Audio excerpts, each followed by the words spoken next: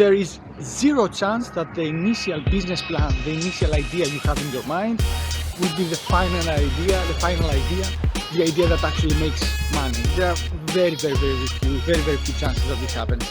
Let's talk a little bit about mistakes. As all entrepreneurs, I've made some mistakes in my career, and it took me almost 3 big startups until I actually make it. Literally, it is extremely difficult to figure out what needs to be done without making mistakes. So let's talk about mistakes. With mistakes, you know what? It's also a taboo. It's a taboo in the entrepreneurial scene. Like, people think hey, I don't know, I don't want to be a failure. No, you are a failure if you don't try again.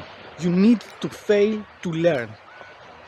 It doesn't matter how many blog posts you read, how many books, how many podcasts, all this bullshit. If you don't fail, if you don't learn by your own mistakes, you're never going to improve. Of course, it's good to know some pretty obvious mistakes that you could avoid, and that's why I'm doing this small video. So these are the 5 mistakes I made when I started as an entrepreneur. Mistake number 1, which is my favorite mistake, is building a product that I want, maybe a couple of my friends want, but nobody wants. And this is a pretty common actually mistake. It's surprisingly how common it is, especially for engineers. We got very passionate about creating a solution that it is challenging, technically challenging, but at the end of the day, nobody really wants to use our product. So we spend a lot of money, if we manage to raise any money, and most importantly, we spend all this time building something that literally no one wants or no one needs. The way to solve this is build a prototype and do the hard things first. The hardest thing in a startup is actually customer acquisition. So try first to find customers and then try to figure out, how to build it. Don't build something that people don't want. Mistake number 1. Let's watch some fantastic waves here in Laguna Beach.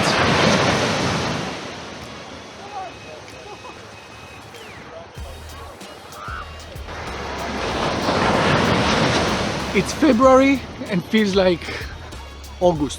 Pretty good. Mistake number 2, pick the wrong co-founder. The co-founder is literally your husband or wife for the duration of the startup. You're going to share fears, hopes. You're going to spend an enormous amount of time together, working, trying to solve problems, trying to be the psychologist to the team, and trying to raise money. So you need each other's back. You also need to be very aligned in terms of the outcome of the company. If one of you wants to exit fast and make some money, and you want to build a multi-billion company that goes public, this won't work. You have to be extremely aligned. You don't want to be fighting together and then fighting with investors and then with your team. Literally. Mistake number 3. What could it be, the mistake number 3? Raising too much money. I've heard many times from the VCs in Silicon Valley that the best time to raise money is when you don't need to raise money. It's also the easiest time to raise money, because when you have and when you're killing it, you don't really need to pitch that hard to get more money. In general, I agree. It's good to have money in the bank. The issue is that if you have a lot of money, you're losing the hunger, you're losing the strength that made you a founder. If you have too much money, you're going to be build crappy software, you're going to try thousands of iterations, and you're violating the first rule. You're doing the first mistake. I think that if you have a limited amount of money, you are forced to build only the things that are needed. You cannot spend time, traveling around, building extra features. Oh, that seems nice. There's no that seems nice. You build things that you really need to build. So this urgency makes you more aggressive, and more importantly, makes the company having an edge.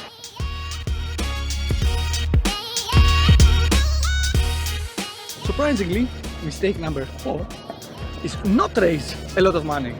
And the funny thing is that I've done both mistakes, as all entrepreneurs. If you haven't raised a lot of money, you run the risk of losing people that work for your company, because you actually need to pay them. You lose opportunities to expand extremely fast, and sometimes you lose opportunities to experiment. Let's say that there is a partner that tells you, hey, how about we expand in Brazil? And you're thinking, you know what? I don't think that's a good opportunity. We don't have enough money to expand there. And you know what? If you had a little bit more money, you could have tried it out. So it's not always a bad idea having some extra money in the bank. And especially when your market starts going in a recession or starts going a little bit down, it's very good having some money in the bank trying to weather these conditions. And number 5, that killed many companies that I've seen. You know what is worse? It killed companies that were succeeding. So with this mistake, founders made no money even when the company succeeded. Like, this cannot be any worse.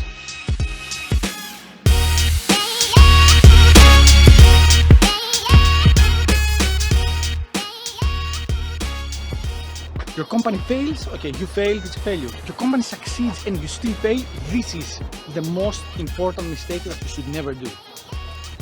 And it's counterintuitive.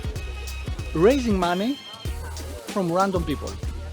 More importantly, raising money from people that they're not aligned with your incentives, with your company, with your mission.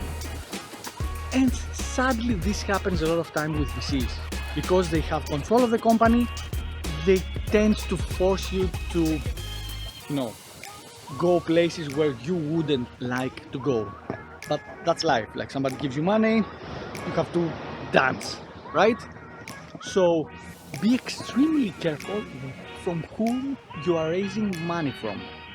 Even if it's angels, you need to make sure that the angels know exactly your mission. They know that you're going to do X, Y, Z. You are not going to do that ABC, whatever. Alignment and expectation management. So there you have it. 5 mistakes that every entrepreneur shouldn't do, but every entrepreneur actually does. I hope that you won't do these mistakes, or at least you're a little bit more conscious and you understand that this is the mental pattern that you're falling into. That was Jon V, the Magnificent as always. Thank you for watching until the end. As always, please subscribe, like, and leave a comment. Leave a comment so I know if you're enjoying the content. Should I be making more? Should I be making less? Should I be making about crypto or whatever? Thank you again for watching. Don't have a hand, so I'll do